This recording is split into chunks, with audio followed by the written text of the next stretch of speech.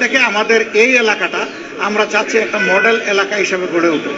আমরা সরকারের ফান্ড পাই না পাই, সরকার আমাদেরকে কি দিবে না দিবে এটার তোয়াক্কা আমরা করব। তবে আমরা আশা করব, দাবি রাখবো, এই এলাকার ন্যায্য পাওনার থেকে সরকার যেন এলাকাকে বঞ্চিত না করে। এই এলাকায় আমি শুধু ওয়াদা করি নাই, আমাদের সাথে আরো যত প্রতিদ্বন্দ্বী এখানে নির্বাচনে অংশগ্রহণ করেছেন সকলের ওয়াদা ছিল যে একটা ভালো মিরপুর কাফরুল আমরা গড়ব। এখন সবার সমবেত দায়িত্ব, আমি সকলের সহযোগিতা চাই। আমার সাথে আরো যারা প্রতিদ্বন্দ্বিতা করেছে আমি তাদেরকে আন্তরিক অভিনন্দন জানাই। প্রতিযোগিতা করাটাই একটা বিজয়। এবার আমি হয়েছে, আগামীতে তারা হবে, অসুবিধা নেই। এটাই গণতন্ত্রের সৌন্দর্য। আমাদের কাজের মাধ্যমে জনগণকে প্রশান্তি দেওয়া, জনগণের জীবনে নিরাপত্তা ফিরিয়ে আনা, শঙ্কা দূর করা, একটা ভ্রাতৃত্বমূলক সমাজ ব্যবস্থা গড়ে তোলা, দল মত এবং ধর্মের ঊর্ধ্বে উঠে আমরা এই কাজটা করতে চাই।